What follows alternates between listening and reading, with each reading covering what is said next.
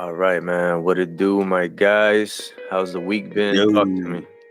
Yeah, man, it's been good, man. been I a feel long like ass week. I feel like I've been locked in with everything. Yeah, Quincy been working, dog. The workouts, the music, the house. This guy's been going in. Yeah, man. Yeah, I feel like you hit the ground running with a lot of stuff that you've been planning on doing. You were just ready to go. Facts, man. I just want to keep this momentum and keep it going. What you got going on, and what have you been working on like this past week and a half? Like, I mean, it's been a little longer than that, but you Mm. started making more concrete moves this week. Yeah, man. I just been locked in, like with the music stuff. I've just been I've been in a rhythm, and then I've also been just super focused on like figuring out the mixing side of it. I've always kind of been, honestly, if I'm gonna be honest, I've been lazy on that side and just like trying to find somebody to mix. But I'm real locked in right now with just figuring it out myself because I've seen how many issues that can bring, and I'm like at this point where I'd rather just do it myself. And so, yeah, I'm locked in with that. Got this Airbnb business getting off the ground. Got my LLC approved, logo, website, everything's ready to go. Just got to find me owner that's willing to lease out a crib and kind of start from there and build it up. Yeah, man. And then obviously working out. I'm down like almost 20 pounds today. So I just Shout been out to locked in that. with that, man. And yeah, I don't know, man. I think like a month and a half ago, I just had a reality check and I just been like on go. I feel that, man. And it's dope too, because it's like new year coming, new goals. Like you achieved a lot in the last couple of years, but you just keep bringing it up. Taking it to the next level, and that even kind of leads us to our guest today, which is Dante, of course, Quincy's cousin. We talked about the lineage a little earlier. We're gonna get into that a little later, but go ahead and introduce yourself and a little bit of what you do. Yeah, what's up, guys? My name is Dante. I work in marketing, social media. So I do all kind of stuff working in social media. Currently, I'm working with Spotify. I think I can say it. If not, oh well. Currently working with Spotify, a couple other different clients, freelancing, and yeah, I do a lot of photography, music photography, portrait photography. Kind of doing all things creative. I can't make music though. Y'all got me on that. Music, I wish I could be. But it in the creative, like in the social media world today, this is like a demanding role. Like even I go on LinkedIn and there's people looking for social media manager all the time. It's really in demand. Yeah, I mean, especially like when you think about social media, people think like, oh, you just post on Facebook all day, you just post on Twitter, and it's like, no, there's like 20 different roles like within social media. So you got graphic designers, you got people who write like ads, you got people who develop a strategy. So it's a lot. So It's a lot of angles you got to hit it with. I was admittedly so. I was one of those back in the day, when people started popping off from social media that I was like, wow, man, people would just do anything and get famous. But it's like when you kind of get into the weeds of it and figure out like how that person got to that point, it usually comes after a lot of content, a lot of years of grinding online, a lot things that they've been doing. So like a lot of this stuff, you can't really discount it because it takes a lot of work and a lot of energy and effort to make it happen. Facts. Yeah. Sometimes I like look at the TikTok people and I'm like, we just let anything become famous. But then it's like when I think about like, oh, I should get on TikTok, and then I start thinking about how much work goes into that. I'm like, okay, yeah, I should stop. Let me stop talking about viral because they do a lot of work, low key. Yep. And definitely as an artist, I definitely feel that because, you think the same thing, like, oh, I'm making music, I'm doing the hard part, like, oh, doing this little video, anybody could do it, but anybody can't do it. You know what I mean? You got to do it a certain way. You got to shoot it a certain way. You got to do everything right so people respond to it the way they're supposed to respond to it. And that doesn't happen with everybody. Has to be a strategic post. Right. Facts. No, and I think that's something we're learning with the podcast promotion. You can't just put it out there how everybody puts it out there and expect it to go, circulate. There's different approaches, different methods you got to take, and that's something we're learning ourselves. Yep. And it takes a lot of trial and error too. That's what I'm kind of learning. It takes a lot of like, try this, doesn't work. Try this, doesn't work. try this, it worked. All right, let's fine tune it. Like Yeah. I'm literally learning that now. I know that's something that, you know, Lester's been focused on too, you know, with his music. And it's interesting when you think about how much goes into it. It's not just, you know, posting something. Yeah. Dante, how do you see that? Like over time, because I know you've been doing this for years. How do you see like the transition of how you post is important?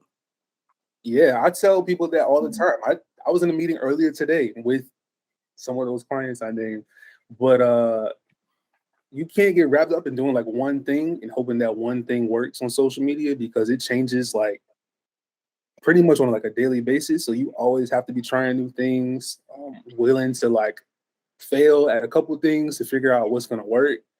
So I tell people that all the time, like brands, people, like you just got to try different things, because you never know what works.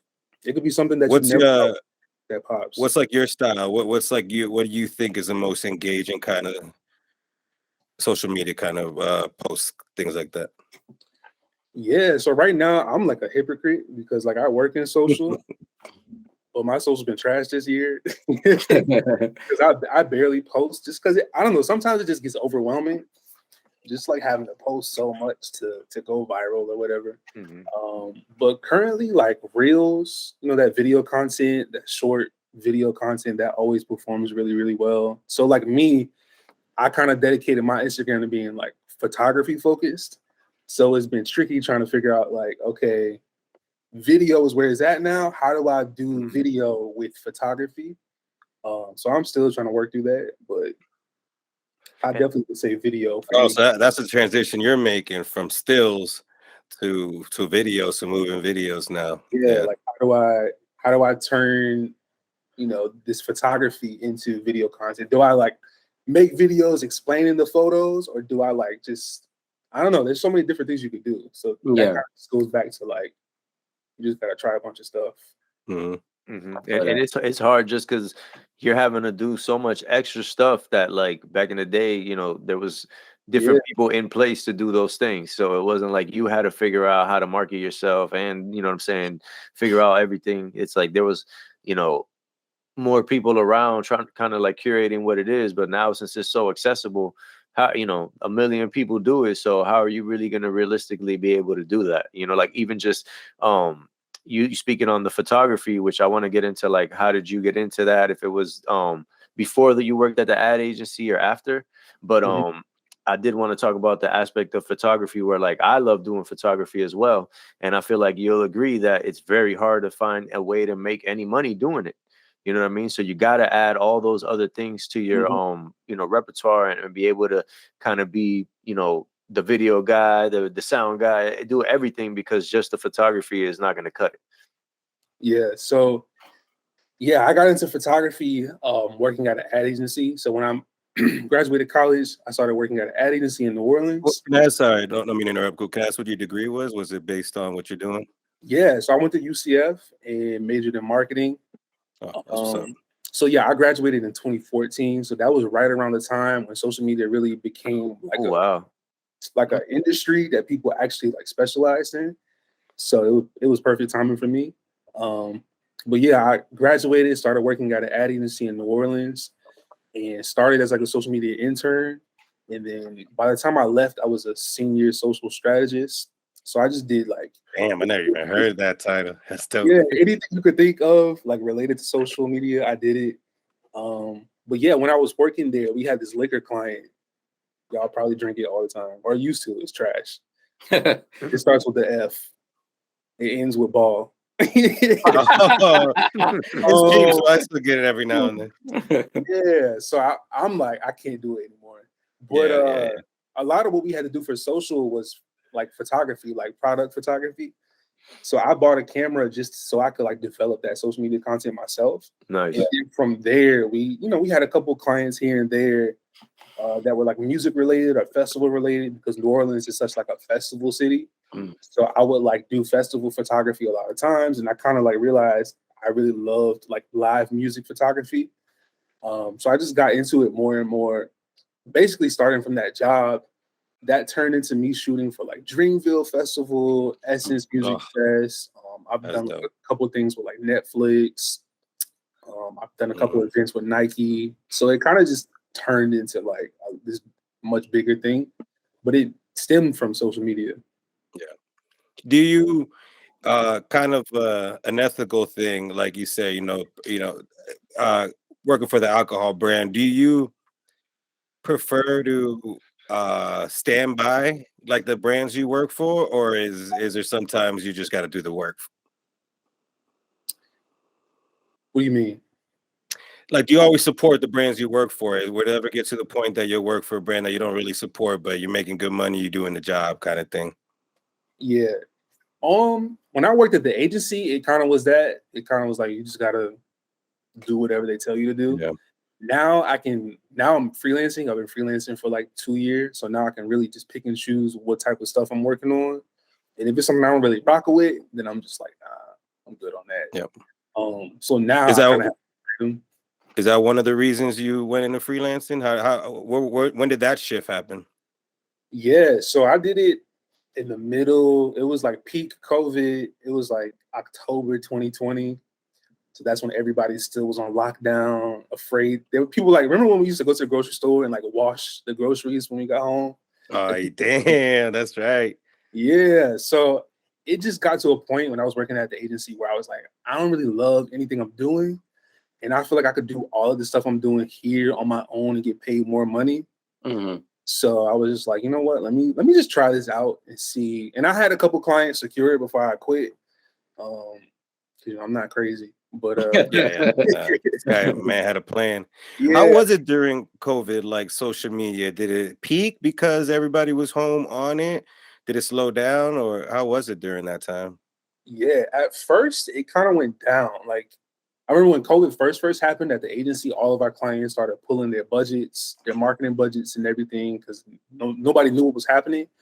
But I feel like by like that winter time, 2020, it was back to normal. People trying to like profit off of COVID, basically. So yeah, it didn't really affect me. And I feel like social media too, a lot of like working in social media can be done from anywhere.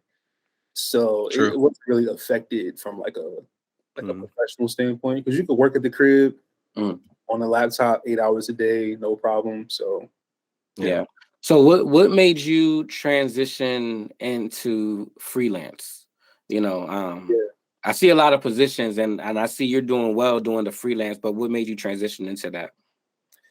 Yeah, a lot of it was I just wanted more control over what I worked on. I feel like at the agency, we had some cool stuff we were doing, but I wanted to do cooler stuff. Was the agency in New Orleans or Orlando? That was when it was in New Orleans. Oh, you was already over there. That's right. Yeah, it was in New Orleans. I moved to New Orleans in 2014. But yeah, I just wanted to work on cooler stuff. I always have wanted to work in music. Like I said, like I can't play music, but I've always wanted to like be in music somehow. Yeah, likewise. So yeah, in 2021, I started working with this artist. He signed to RCA Records. His name's Toby. I don't know if y'all know who that is, but he's from Toronto. And I was doing his social media for a while, and that kind of was like my entry into working in music. And from there, I found my way working for Uprocks. So Uprocks is like a music publication, kind of like Complex. Yep, I remember Uprocks. I ran their social media like from January this year until the last couple months.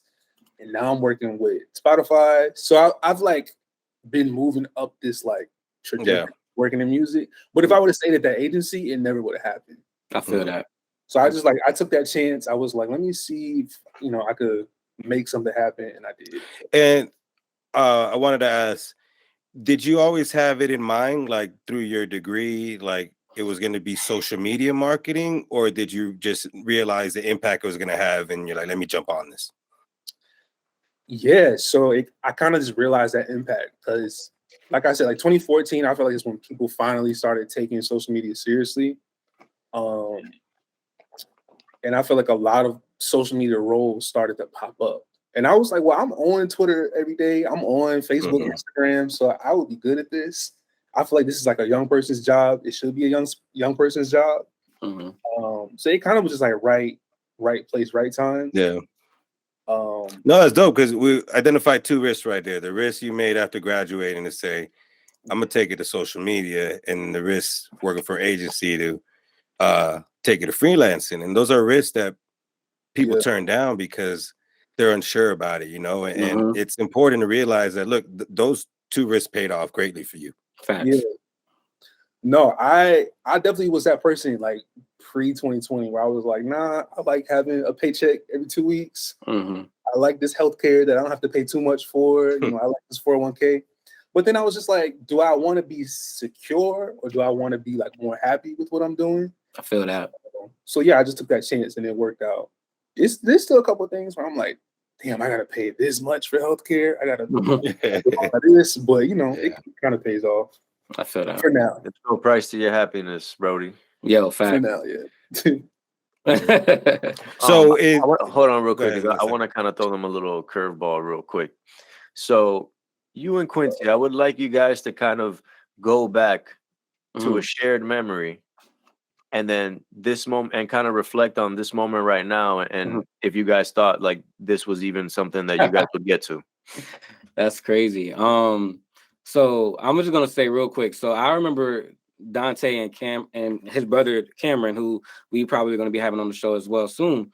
I remember having like summers where we would go to, you know, I'm saying, our aunt's house and hang out like as kids.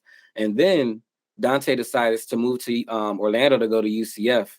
And the crazy part about it is that at that time, Dante, you know what I'm saying, he was probably 18, 19 years old at UCF, kind of living in a dorm, you know, doing everything right.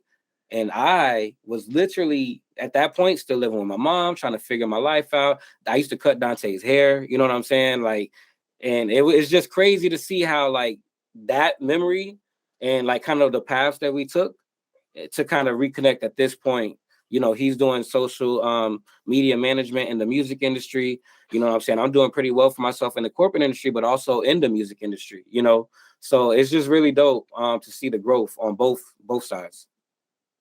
Yeah, I was gonna say Quincy used to cut my hair in when I lived in Orlando because I used to be cheap. I was like, I could go to the barbershop, but I could get Quincy. Y'all definitely related. Yeah, I was like, it was perfect. So yeah, I mean, thinking back to that moment to now, I didn't see this coming. I don't think. Yeah, I didn't see this coming at all. And that's just super dope to me. Like just thinking about where you start and where you end up. And obviously this is not where you guys are just ending up, period. You guys got a lot more to go. But it's dope to see that like you were saying, Dante, the trajectory is going up. You're putting in the work and you're doing the things necessary to get to that point that you want to get to.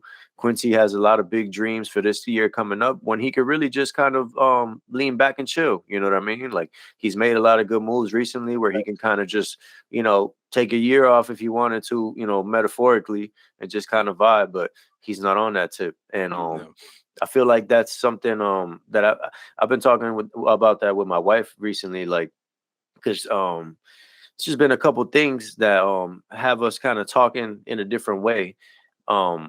And she's realizing how many people just kind of don't have that want or maybe don't know how to reach that goal, that they're just kind of stuck, and you see lanes for them to take that could take them to the place they want to go. But if they don't want to go that way, you can't do anything about it. And you can't worry about it either. You know what I mean? Because that's their journey. You know, you were able to do it. And, you know I can speak for Quincy. I don't know about you, Dante, if you want to elaborate even. You know, Quincy, he had to work, you know, from under the bottom to get to where he's at. You know what I mean? So like a lot of people that have like kind of like a little leg up or even just coming from a, you know, ground zero or even a little higher, that kind of is crazy to me that you know they don't even try to actualize that potential.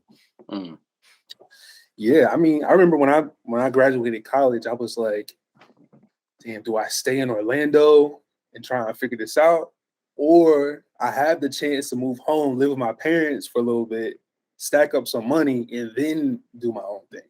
So I was like, that's a no-brainer for me to, like, you know, save some money. I feel like some people let ego or pride get in the way of doing that. Big time. But you know, when you're like 21, 22, like, yeah, you want your own spot. You want to be able to do what you want to do when you want to do it. But if you have the option to save money and really like stack up for the future, why not take it? So, you know, making decisions like that is super important. But then also kind of like what we were saying earlier, just not being afraid to take chances every now and then, smart chances. Like I said, I decided to start freelancing after I secured. I didn't just like quit my job and then decide to try and figure out the next move afterwards. I kind of like figured out that next move before. Facts. I feel like that's another thing I tell people all the time. I have a friend who she always, she wants to leave her job and do X, Y, Z. And I'm like, okay, well, secure a couple things over here before you quit this job.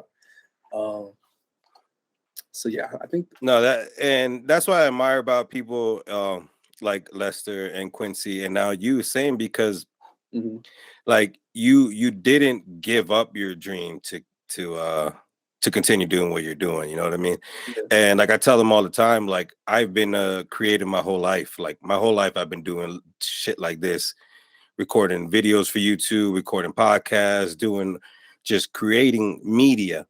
And even I remember my sister bought me a camera so I can like go full blown like content creator. And I just did it. I just focused on my career. And like that's one thing I appreciate about Lester. He doesn't let me go of the creativity because I can share my time between my career and creativity. Like today, and probably not until this year, I realized that I could have chased my dreams and been that as successful I am today. But I got a good thing going and I love it. And I don't like I still love what I'm doing for a living, but like now I'm like, man, if I would have chased that, I probably could have been in the same spot today. But now I could still do it. You know what I mean? I could still I was big into DJing. I'm just big into music, big into everything music. And now I'm involving myself more in it. I'm in the content creation, involving myself more in it. So it's like I look at people like you that took the risk, and I'm like, damn, a lot of people need to really, when you get to that crossroad, you really got to consider everything because when you're down 20 years down the line, you're like, damn, I probably could have made that left, and I would have been fine. Real talk.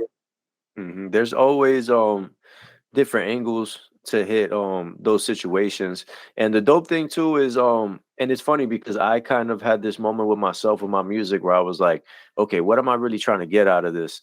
And I figured out those goals, but also a big part of it is realizing that I just like doing music. You know what I mean? Like at a certain level, I'm not trying to get nothing out of it except for like make that dope song that everybody likes. You know what I mean? It's just a passion that I have. I enjoy doing it, and just looking at it more from that angle even helped with the content creation. It helped with getting my message across. It helped my music get better because I was just coming at it from a better place, and it just helped take me there. And it kind of goes into what we were talking about earlier with you, Quincy, that you're making a lot of moves right now, but because the place you were in before, you weren't able to hit those things with that right passion, the right mindset. There was so many black clouds showing up at the time that it was hard for you to pull that passion out. You know what I mean?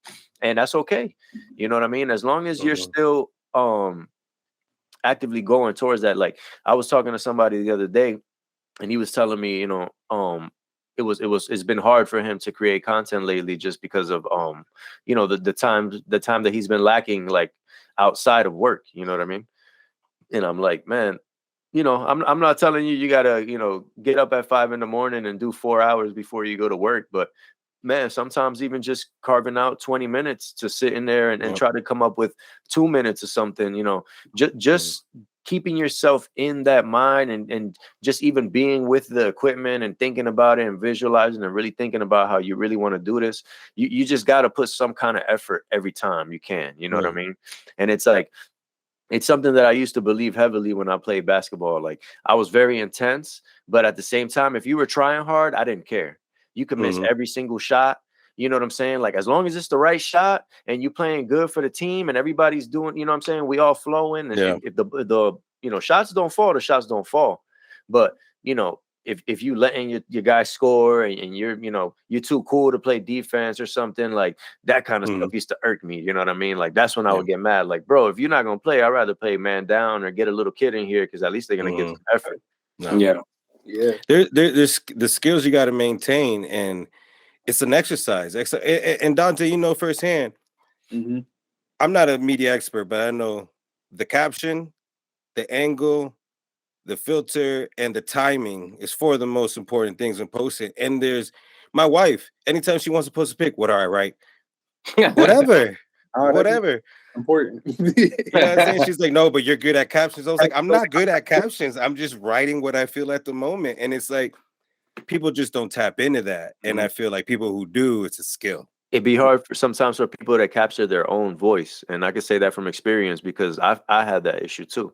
Yeah. You know what I mean? Like I was trying to create that voice instead of just being that voice. You know what I mean? Like that's a good point I want to bring up with Dante. Dante, how much of yourself do you put in what you do? If any at all? Oof. Great question. Yeah, that's a really good question because when you were talking about captions, I was like, I always just fall back on like song lyrics because sometimes I can't think of like what should I say. So I'm just like, let me just song lyrics is my shit. Right, So a good little Drake quote real quick.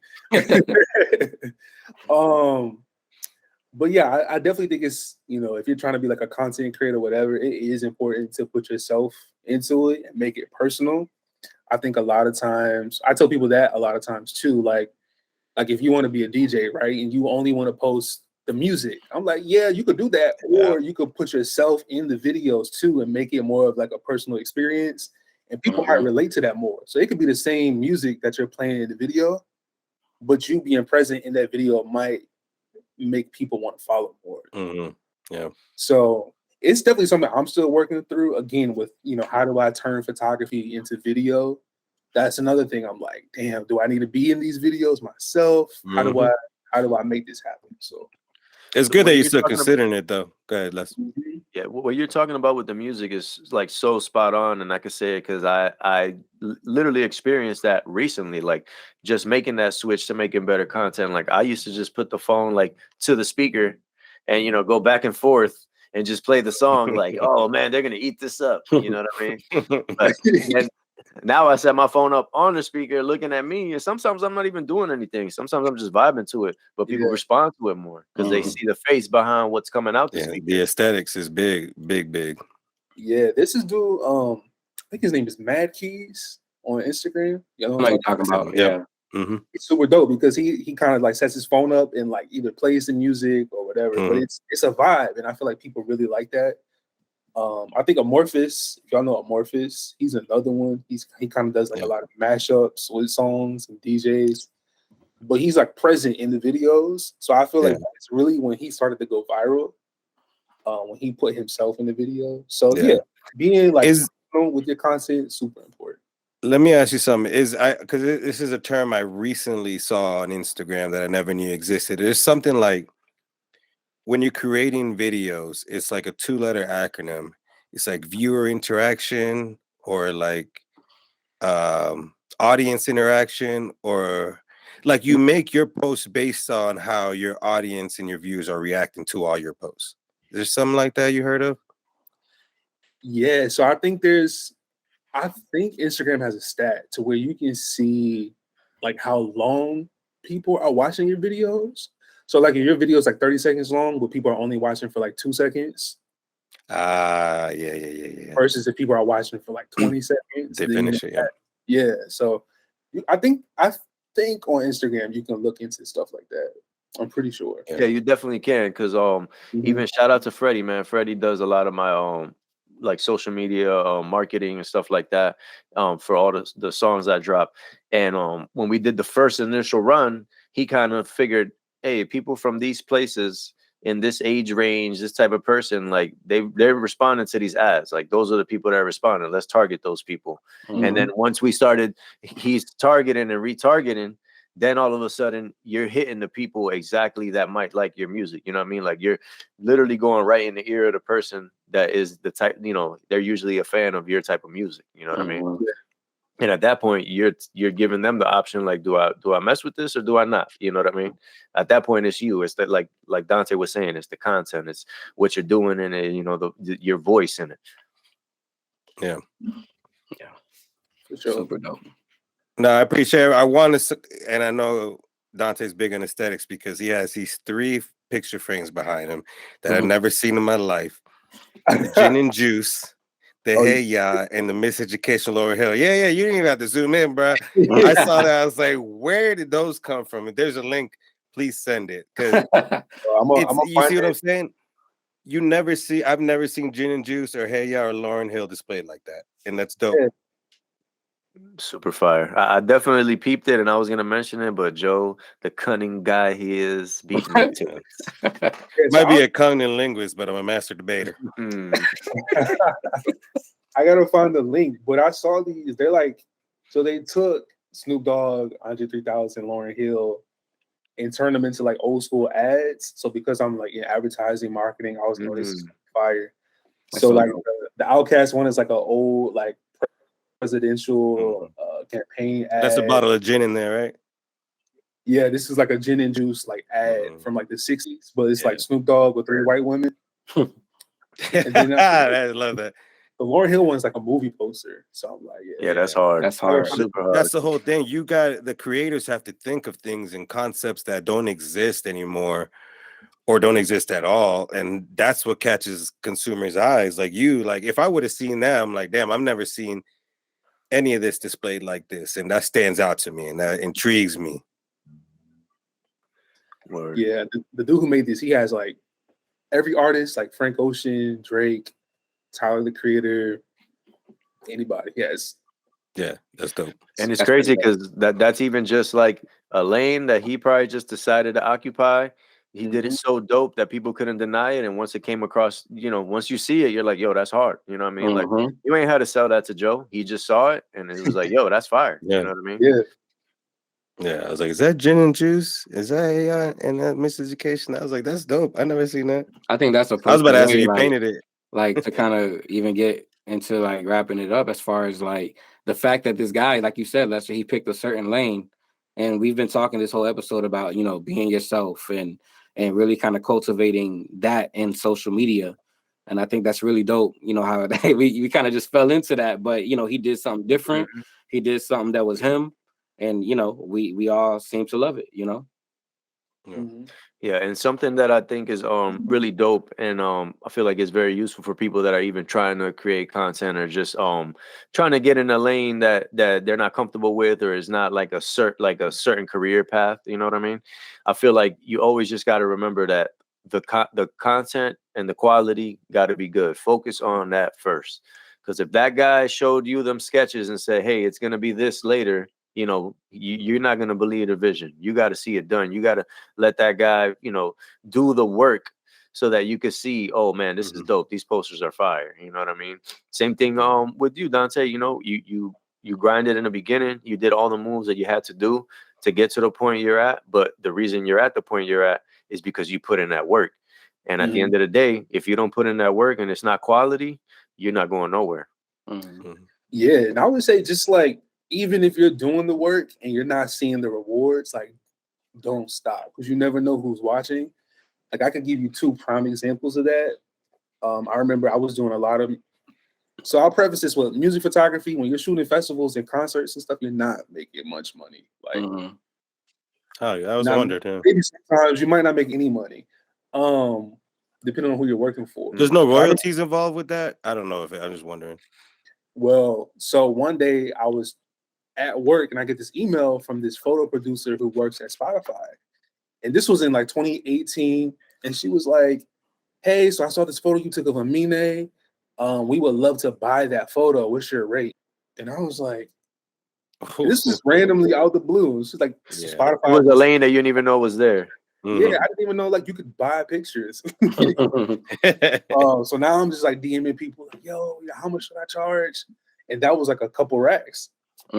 Didn't even know that was possible. And that just happened like out the blue because somebody saw my Instagram and was like, oh, we should buy this picture for Spotify. Another example of that, I remember Essence Fest happened one year and I was DMing people because I'm like, if all these brands are going to be in New Orleans, I need to be working for one of them. So I randomly just DM'd somebody at Netflix to see if they were doing anything in New Orleans during Essence Fest. They were like, actually, yes. What's your rate? Oh, shit. That's dope. And I was like, damn, how much do I charge Netflix? For real, right? $1,000. And so that's dope. You just never know until you either you make it happen by just like DMing people asking the right questions, or people are watching you when you don't even know it. So don't stop posting. That's super dope, man. Definitely let people know your socials. We're gonna put in the episode also, of course, so people could check you out. It was super dope having you on, man. You definitely gave a lot of dope insight. It's always cool when you talk to a guest and they can just kind of get it in, and everybody just have a dope little flow because everybody got something to talk about. It's always a relief as well. I bet. Yeah, y'all can follow me on all things Dante.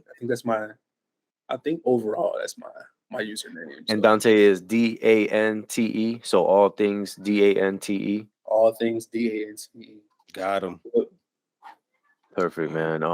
Appreciate y'all checking us out. Appreciate Dante. I want to leave one last message, if I can. It matters what you post, how you post it, when you post it, what it looks like, regardless. If it's on social media, it matters. Every little thing matters, no matter if it's a podcast or a song or just promoting the brand. If you're interested, or your gaming network or anything, if you're interested in promoting yourself online, you need a strategy. If you don't know, contact people like Dante. They'll help you out. Hey, man, perfect. Stay grounded. Stay butter.